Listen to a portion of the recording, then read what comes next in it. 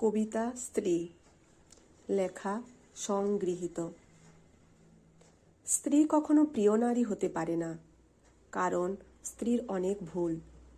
বেশিরভাগ লোককে যদি প্রশ্ন করা হয় আপনার জীবনে সবচেয়ে প্রিয় নারীকে, স্বভাবতই অনেকে উত্তর দেন মা, কেউ বলেন মেয়ে, কেউ বলেন বোন, কেউ বা বলেন নানি, কারণ সে তাকে কোলে পিঠে করে মানুষ করেছে। এমন অনেকগুলো সম্পর্কের কথাই উঠে আসে। খুব অবাক লাগে, একজন মানুষও উত্তর দেন না তার বউ তার সবচেয়ে প্রিয় রানী। আসলে বাঙালিদের সমস্যা, বউকে ভালোবাসি বললে মান সম্মান চলে যাবে, লোকে বউ পাগল বলবে, বউয়ের কাছে ছোট হয়ে যাবে, অথবা বাকি পুরুষদের সামনে হ্যাডাম কমে যাবে।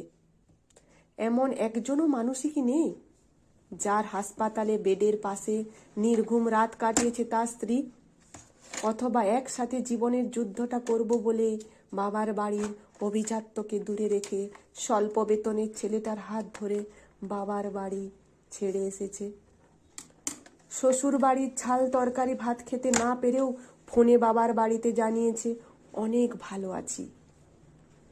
নাকি নিজের বিছানা, মায়ের রান্না, জন্মের পরের বাড়িটা সব ফেলে আসা অনেক সহজ, যার কারণে বউ কখনো প্রিয় নারী হওয়ার যোগ্যতাই রাখে না।